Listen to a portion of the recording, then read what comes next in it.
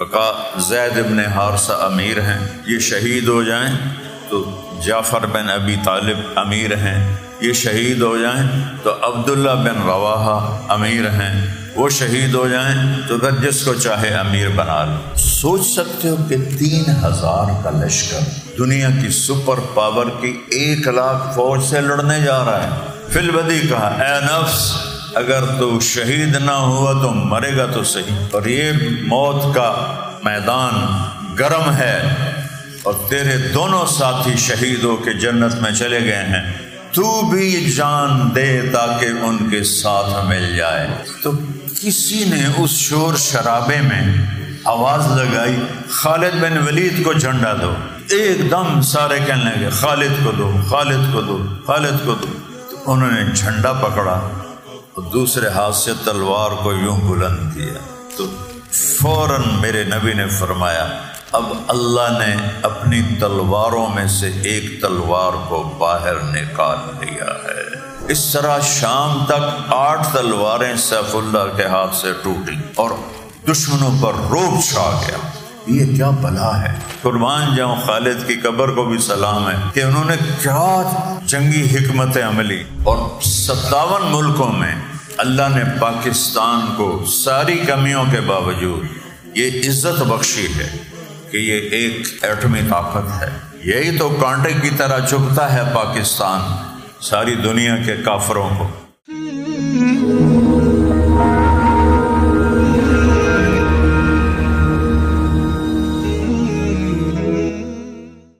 السلام علیکم ورحمۃ اللہ وبرکاتہ۔ بسم اللہ الرحمن الرحیم، والصلاۃ والسلام علی رسولہ الکریم۔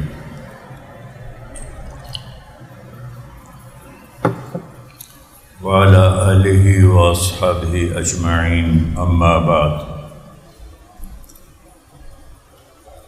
میرے عزیزو بھائیو اور دوستو،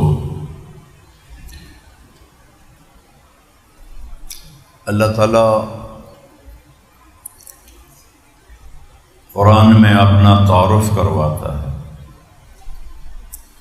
کہ میں کون ہوں۔ ان ربکم اللہ، میں تمہارا پالنے والا ہوں اور میرا نام ہے اللہ۔ کیا نام ہے بھائی؟ پاکستانی کیا کہتے ہیں؟ خدا۔ ہندوستان پاکستان میں اللہ نہیں بولتے لوگ، چاہے مولانا صاحب ہوں چاہے عام لوگ ہوں، خدا بولتے ہیں۔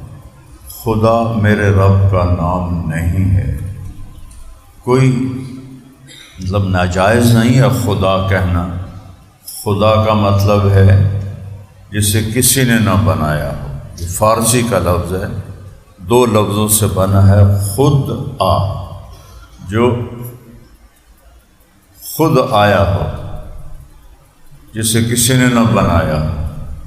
لیکن جب آپ اللہ کہتے ہیں تو اللہ کہہ رہا ہے کہ یہ تو میرا ذاتی نام ہے، ان ربکم اللہ۔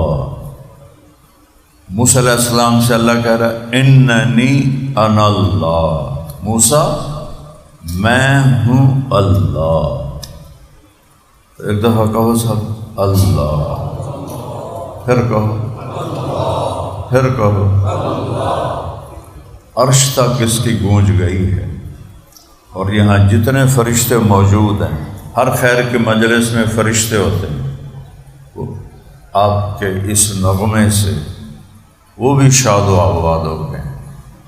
تو میری درخواست ہے کہ خدا نہ کہا کرو، اللہ کہا کرو، جو قرآن میں اللہ نے اپنا تعارف کروایا۔ میں ہوں اللہ،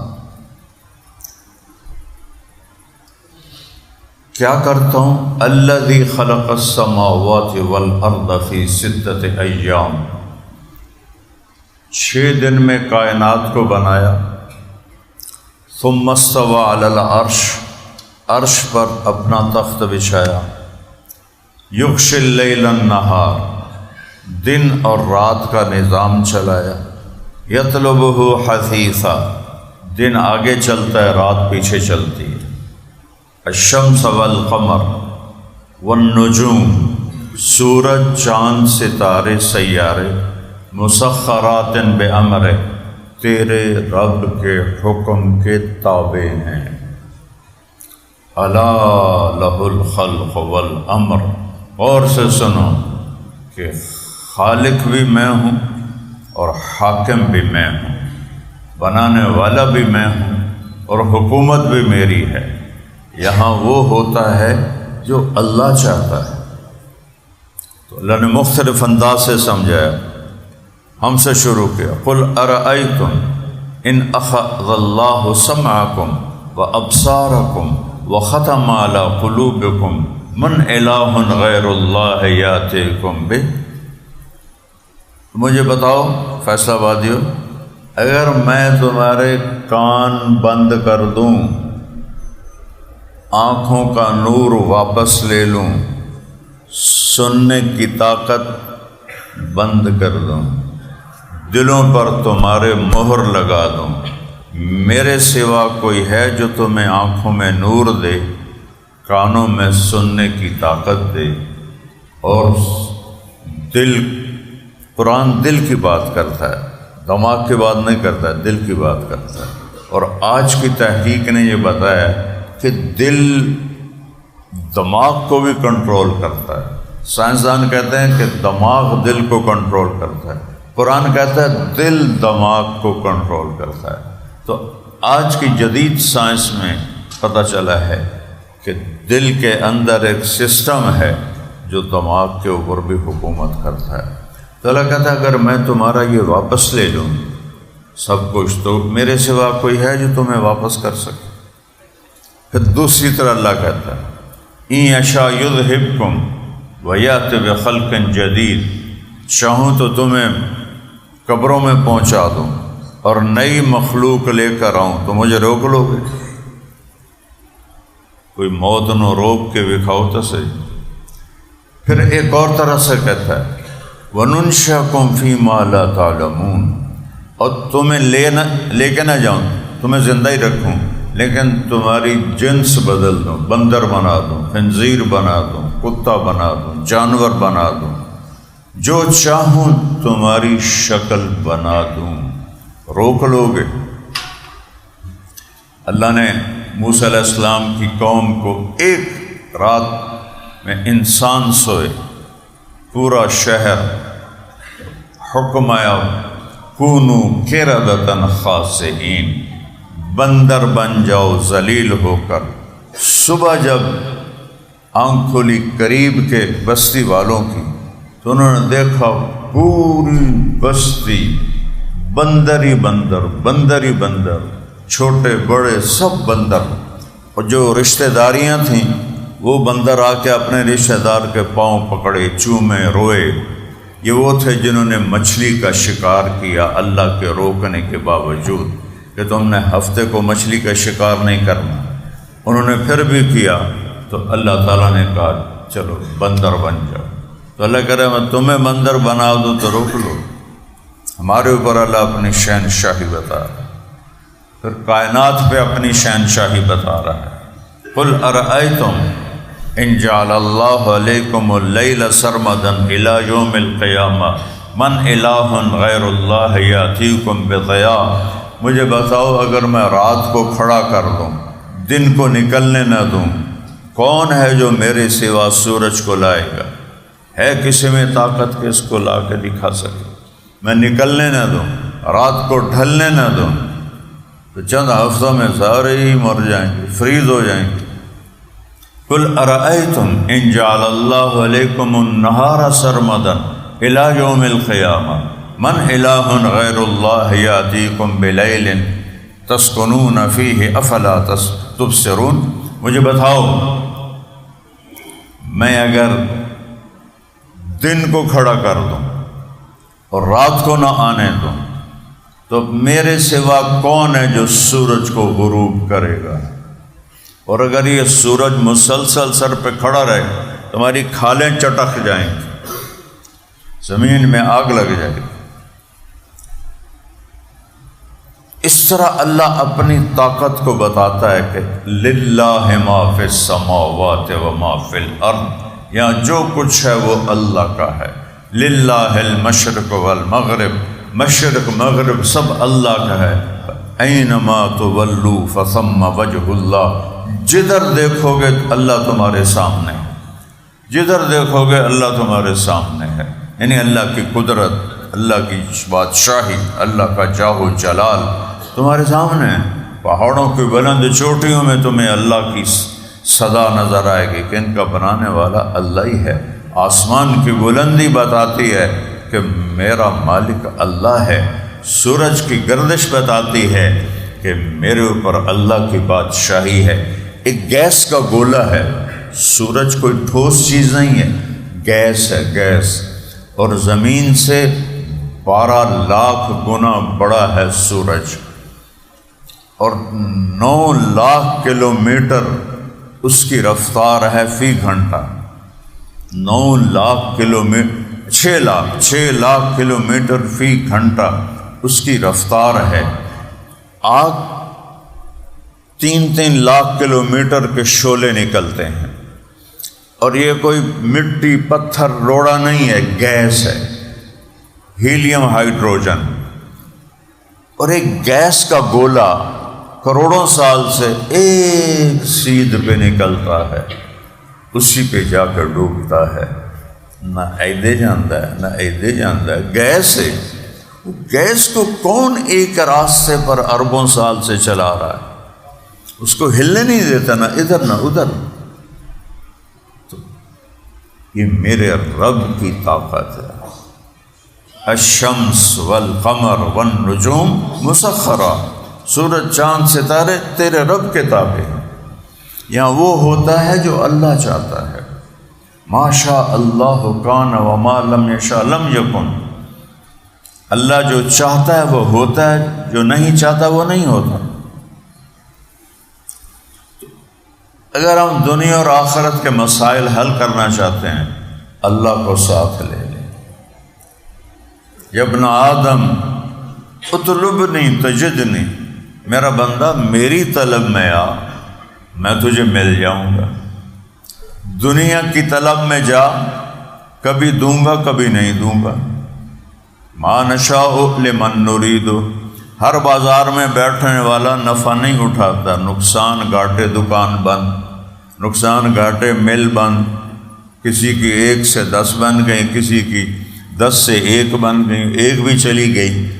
تو اللہ کہتا ہے یا ابن آدم اطلبنی، مجھے تلاش کر، میں وعدہ کرتا ہوں تجدنی، تجھے ضرور ملوں گا. فإن وجدتنی وجدت کل شیء، میں ملا تجھے سب کچھ مل گیا. ان فتنی فاتک کل شیء، میں نہ ملا تجھے کچھ بھی نہ ملا. وانا خیر لک من کل شیء، میں تیرے لیے ہر شے سے بہتر ہوں. جب اللہ ساتھ ہو جاتا ہے، دنیا بھی جھک جاتی ہے، آخرت بھی مل جاتی ہے.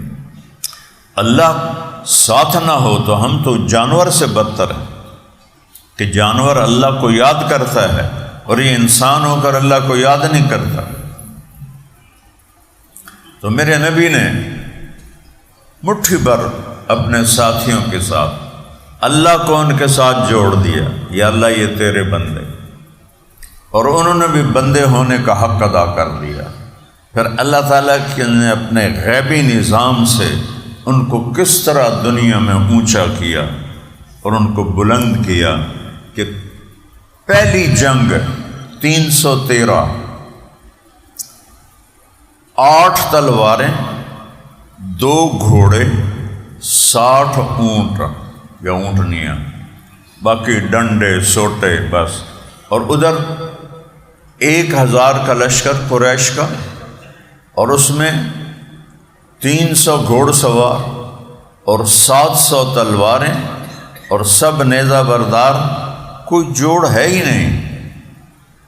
لیکن ادھر کیا ہے؟ ادھر اللہ آ چکا ہے. وَلَقَدْ نَصَرَكُمُ اللَّهُ بِبَدْرٍ وَأَنْتُمْ أَذِلَّةٌ، جب تم بالکل حقیر تھے تمہارے رب نے تمہاری مدد کی.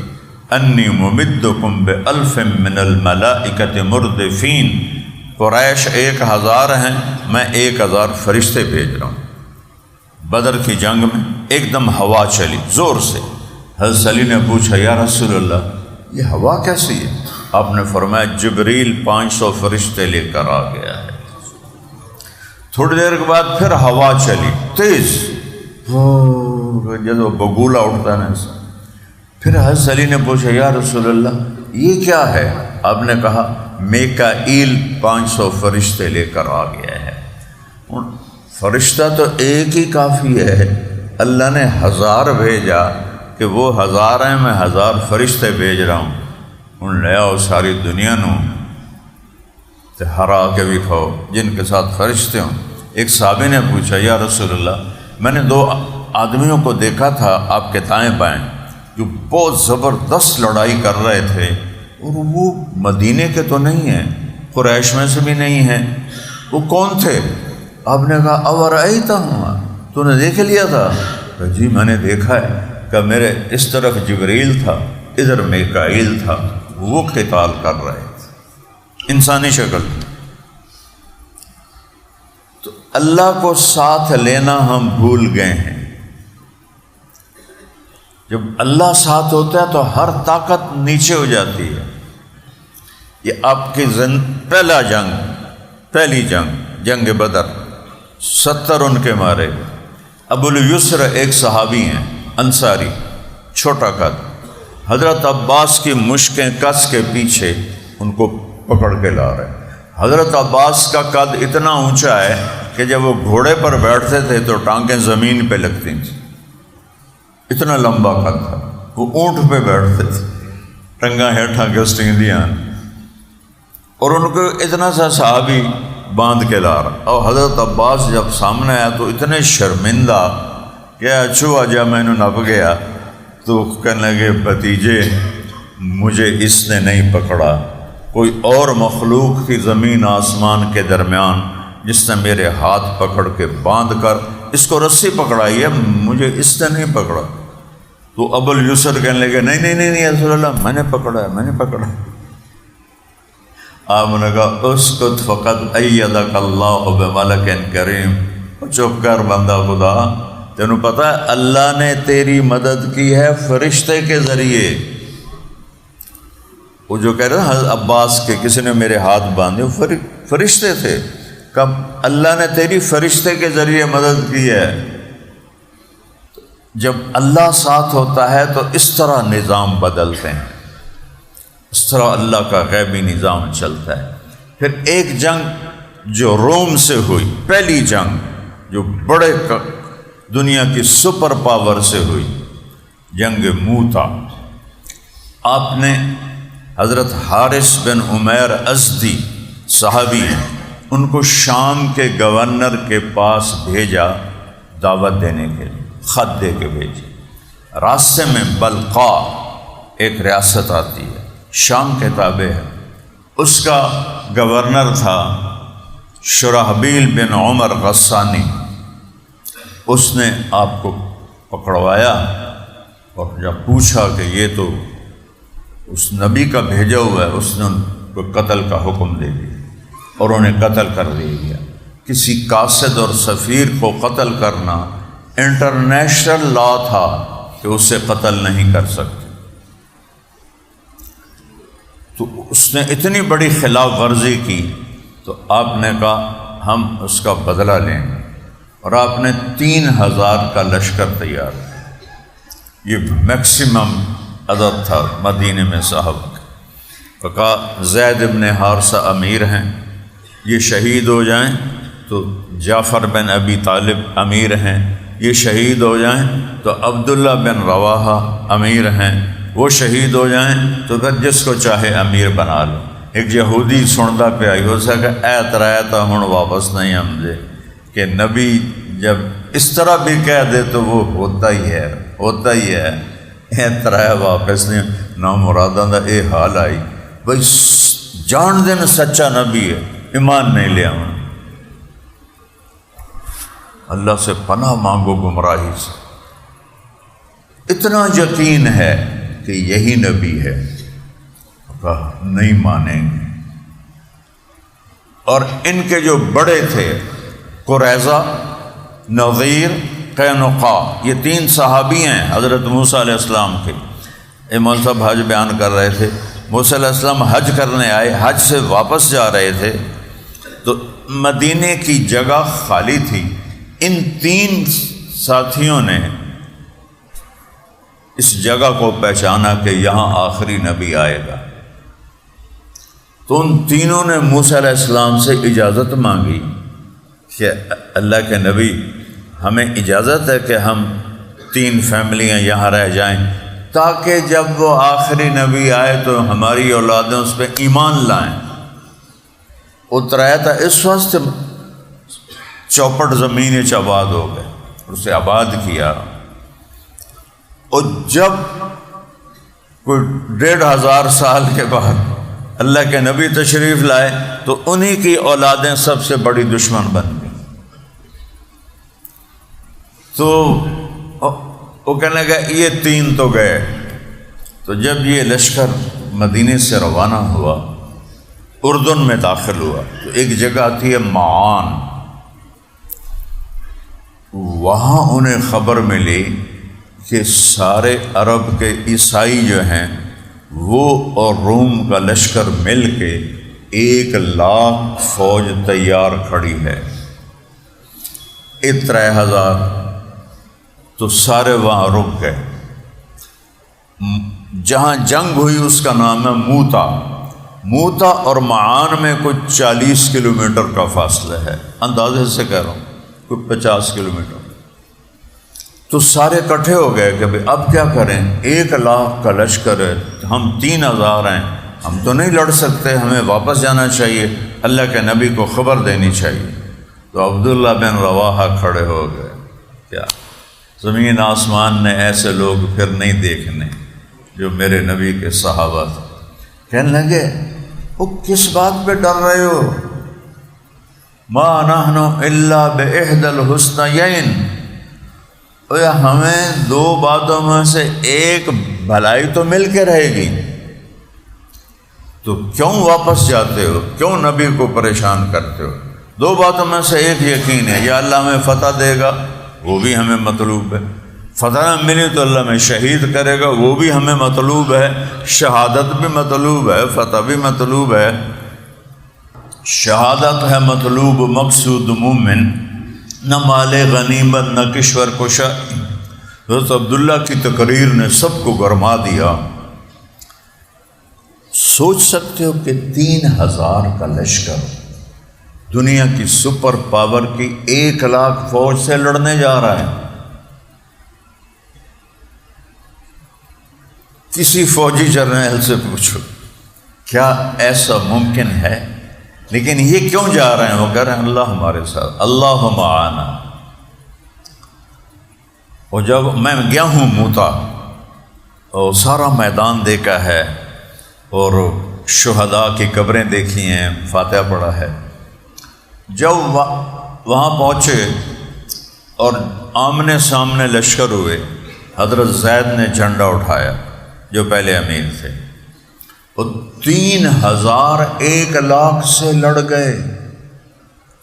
ان کو تو پہلے حلے میں مٹا دینا چاہیے تھا، 3,000 تے 1,00,000 کو جوڑ بن دے۔ سبحان اللہ۔ اور وہی حضرت زید شہید ہو گئے، اور میرے نبی مدینہ میں بیٹھے ہیں، مسجد نبوی 700 میل دور، 700 میل۔ آپ نے فرمایا زید نے جھنڈا اٹھایا، آگے بڑھا، قتال کیا اور شہید ہو گیا، اور وہ جنت میں چلا گیا۔ تو اس کے بعد حضرت جعفر نے جھنڈا اٹھایا۔ جعفر آپ کے چچا زاد بھائی ہیں، حضرت علی کے بڑے بھائی ہیں اور آپ کے چچا زاد بھائی ہیں۔ تو جعفر نے جھنڈا اٹھایا، اب اس کا ایک ہاتھ کٹ گیا، اس نے دوسرے ہاتھ میں جھنڈا لے لیا۔ رومیوں نے وہ ہاتھ بھی کاٹ دیا، اس نے جھنڈا سینے سے لگا لیا۔ کفار نے اس کے 2 ٹکڑے کر دیے اور وہ 2 ٹکڑے ہو کر گرا اور وہ گیا جنت میں۔ اور ساتھ ہی آپ کے آنسو نکل آئے اور فرمایا کہ جعفر کے گھر والوں کے لیے کھانے کا انتظام کرو، آج ان پہ بہت بڑا دکھ آیا ہے۔ اور میں یہ بات ساتھ جوڑ کے بتا دوں، ہے یہ مجلس ختم ہونے کے بعد آپ حضرت جعفر کے گھر گئے تو آپ کی بیوی حضرت اسماء بنت امیس وہ آٹا گوندھ رہی تھی بچوں کی روٹی کے لیے، تو اون عبداللہ محمد 3 بیٹے تھے، تو آپ نے تینوں بچوں کو بلایا اور ایسے اپنے گلے لگا کر آپ کے آنسو نکلنے لگے۔ حضرت اسماء نے دیکھ لیا آپ کے آنسو، یا رسول اللہ خیر ہے، جعفر خیریت سے ہے؟ تو آپ نے فرمایا بیٹی جعفر اللہ کے پاس چلا گیا ہے، صبر کر۔ تو وہیں بے ہوش ہو کے گر گئے اور آپ نے بچوں کو سنبھالا اور عورتوں کو بلا کے حضرت اسماء کے حوالے کیا کہ ان کا ہوش میں لاؤ، تو واپس چلتے ہیں۔ تو آپ نے فرمایا اس کے بعد جھنڈا عبداللہ نے اٹھایا اور آگے بڑھا اور شہید ہوا، اور اس کے بعد خاموش ہو گئے۔ پہلے 2 کی دفعہ کہا تھا فوراً جنت فوراً جنت، یہاں چپ ہو گئے۔ تو انصار مدینہ کہنے لگے ہمارے اوپر قیامت آ گئی، اسی سمجھا بھائی عبداللہ نال تا کوئی ہور بن گئی، پٹھے پاسے دوزخ والے پاسے۔ تھوڑی دیر کے بعد آپ نے کہا اور وہ گیا جنت۔ تو مدینے والوں نے پوچھا یا رسول اللہ آپ نے 2 کے بارے میں تو فوراً کہا جنت میں گیا، ہمارا مدینے کا سردار تھا عبداللہ بن رواحہ، سردار تھے، بہت بڑے مالدار تھے، تو آپ نے تھوڑا وقفہ کیوں کیا؟ کہا اس کے دل میں تھوڑا پیچھے کا خیال آ گیا تھا، اس کی وجہ سے وہاں جانے میں وہ خیال رکاوٹ بنا۔ کیا ہوا کہ 3 دن ہو چکے تھے، جنگ چل رہی تھی اور 3 دن سے کچھ کھایا نہیں تھا عبداللہ بن رواحہ، تو ایک بوٹی کا ٹکڑا لے کر منہ میں ڈالا تو ساتھ ہی آواز لگی جعفر شہید ہو گئے، عبداللہ بن رواحہ کدھر ہے؟ تو انہوں نے وہ ٹکڑا پھینک دیا، اور جب مڑنے لگے تو ایک دم خیال آیا 4 بیویاں، بچے، باغات، غلام، ان کا کیا بنے گا؟ اس خیال نے ان کے پاؤں روک لیے چند سیکنڈ کے لیے، ساتھ ہی اپنے آپ کو جھٹکا لیا، یا نفس الا تقتلی تموتی ھذا حمام الموت قد سلیتی ان تفعلی فعلہما ہدیتی۔ فی البدی شاعر ہوتے تھے نا، فی البدی کہا اے نفس اگر تو شہید نہ ہوا تو مرے گا تو صحیح، اور یہ موت کا میدان گرم ہے اور تیرے دونوں ساتھی شہید ہو کے جنت میں چلے گئے ہیں، تو بھی جان دے تاکہ ان کے ساتھ مل جائے۔ اور کہا اے نفس اگر بیویوں کا فکر ہے تو 4 کو 3 طلاق، باغات کا فکر ہے تو سارے صدقہ، غلاموں کا فکر ہے تو سارے آزاد۔ ہن دس کدے جاونا ہے؟ پچھلا سارا سلسلہ ہی مکا چھڑے، اور پھر دوبارہ شعر پڑھا اقسمت یا نفس لتنزلن کاریہتن او لتطاوعن ان اجلب الناس وشد الرن مالی اراکی تکرہین الجنہ قد طالما قد كنت مطمئنا هل انت الا نطفة فی شنہ۔ عبداللہ بن رواحہ بڑے شاعروں میں تھے۔ فی البدی سامنے موت زندگی ٹکرا رہے ہیں اور یہ شاعری کر رہے ہیں۔ شاعری ہوتی ہے جب دماغ پرسکون ہو۔ میرے ایک عرب دوست تھے، بہت بڑے شاعر تھے، فوت ہو گئے یمن کے، تو میں نے کہا شیخ کوئی اشعار ہی سناؤ۔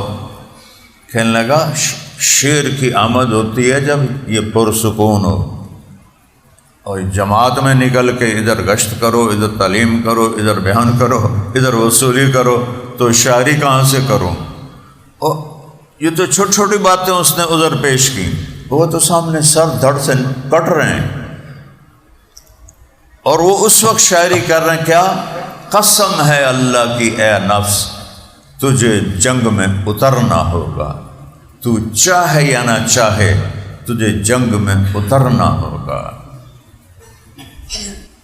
اگر آج روم کا لشکر چڑھ کے آ گیا ہے اور وہ شور مچا رہا ہے تو کیا ہوا؟ مرے گا تو جنت میں جائے گا، تو جنت سے کیوں منہ موڑ رہا ہے؟ بڑی زندگی تو نے گزار لی، اور تیری اوقات کیا ہے؟ ایک پانی کا قطرہ ماں کے پیٹ میں، اٹھ اور اپنی جان کا نذرانہ دے۔ تو اس جنگ کی وجہ سے جو ان کے اندر چلی، پہلے دو تو تھے فقیر، حضرت جعفر تو ابھی ہجرت کر کے گئے تھے حبشہ، تو وہاں سے واپس آئے ہی تھے کہ موتا کی جنگ آ گئی۔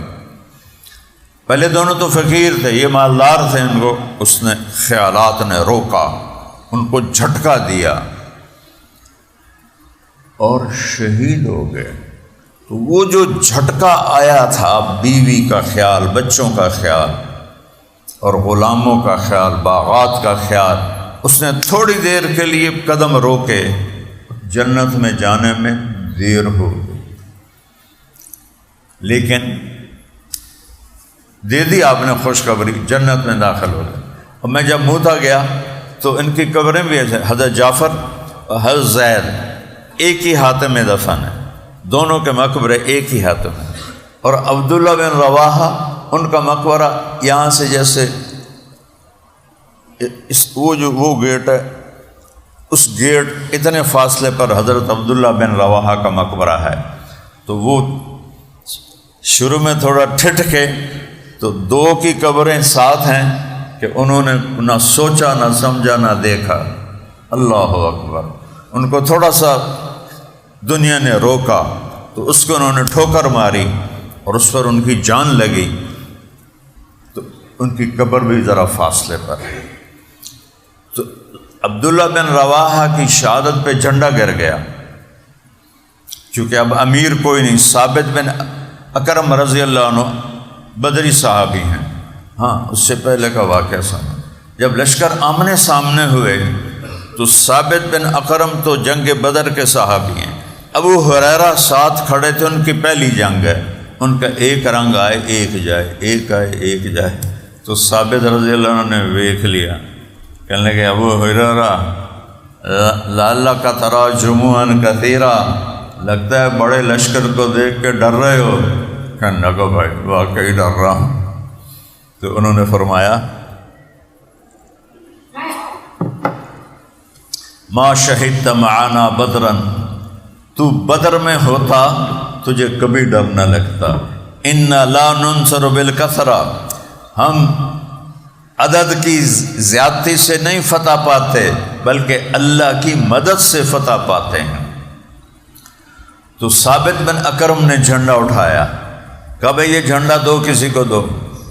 اب اللہ کے نبی خاموش ہو کے ایسے خلا میں دیکھ رہے ہیں، تو کوئی فیصلہ نہیں ہو رہا کہ کس کو، جس کو کہتے ہو کہتے نہیں میں نہیں سنبھال سکتا۔ تو کسی نے اس شور شرابے میں آواز لگائی خالد بن ولید کو جھنڈا دو۔ ایک دم سارے کہنے لگے خالد کو دو، خالد کو دو، خالد کو دو۔ تو خالد بن ولید فرمانے لگے بھائی میں نیا مسلمان ہوں اور میری پہلی جنگ ہے بطور مسلم، تو مجھے نہ دو، کسی پرانے صحابی کو دو۔ سب نے کہا نہیں بس تو ہی ہے، تو ہی ہے، تو ہی ہے۔ تو انہوں نے جھنڈا پکڑا اور دوسرے ہاتھ سے تلوار کو یوں بلند کیا، تو فوراً میرے نبی نے فرمایا اب اللہ نے اپنی تلواروں میں سے ایک تلوار کو باہر نکال لیا ہے۔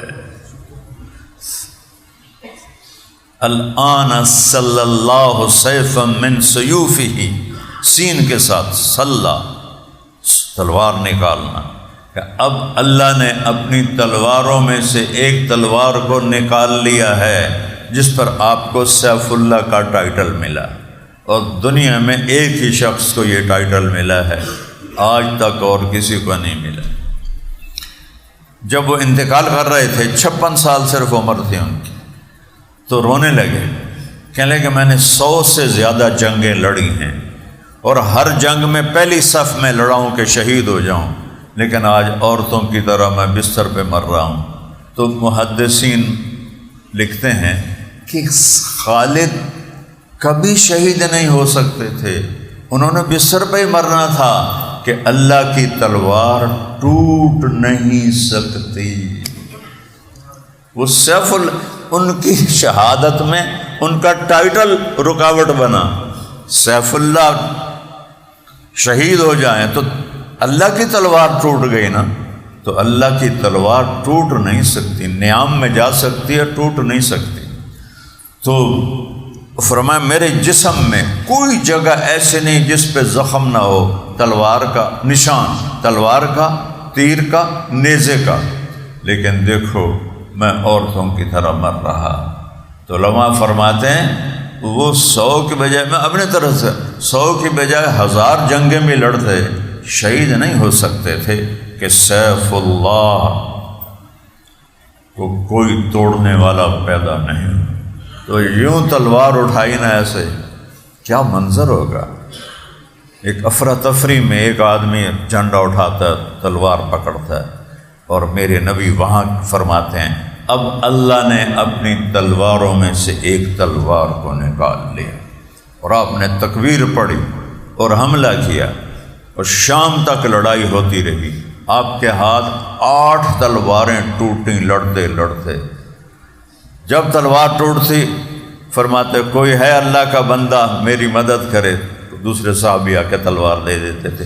اس طرح شام تک 8 تلواریں سیف اللہ کے ہاتھ سے ٹوٹیں، اور دشمنوں پر رعب چھا گیا، یہ کیا بلا ہے۔